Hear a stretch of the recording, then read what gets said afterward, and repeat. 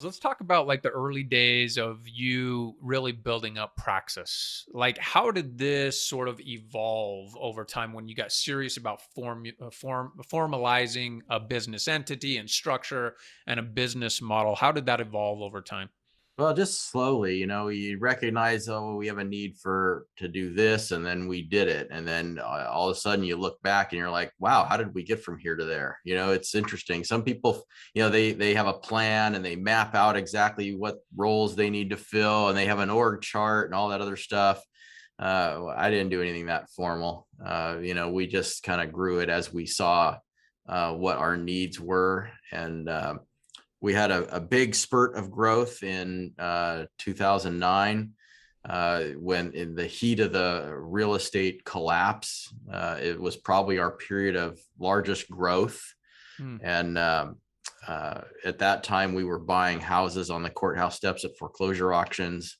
And we were, sometimes buying two or three houses a day even. And for that, we had our own construction arm. So, we just started hiring for roles. And, we hired, one of our early hires was an investor relations person. And then, so we could raise more money to, grow and buy more. We hired a manager of construction and just, all sorts of different roles as we saw that we needed them. And then when the foreclosure stuff was starting to trail off, we had to wind up some of that stuff. We didn't need as many auction buyers and construction people, but we always retained the investor relations person. And so that's when we started shifting to large multifamily syndications, at a much greater rate. And the team that we had already built for our house flipping side was right there to jump in and help us start creating what we have now.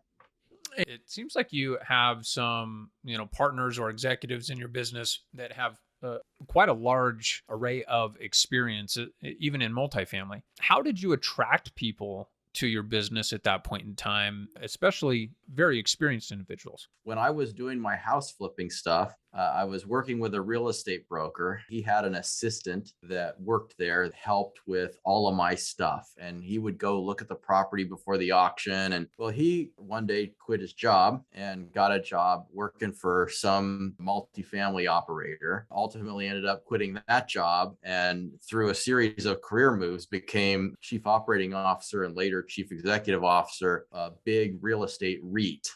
Hmm. And through various relationships, not brownies, but like where girls get together and have like camp outs. Sure. Well, there was another guy in his daughter's camp out thing that was also in real estate private equity and was looking for a career change to be more entrepreneurial instead of working for the man. And he said, I got two other guys that are kind of loose competitors of mine that are kind of in the same situation. The guy that used to work with my real estate agent said, I know this guy that's in this business. You guys need to talk to him. So lo and behold, one day I get a cold call from one of these guys who's like, look, me and my two other friends, we want to, we've got like 100,000 units of experience, but we can't raise any money. So my friend said I should call you. And through a series of about 6 months of conversations, I got them to join Praxis, and I had a national footprint with 100,000 units of experience.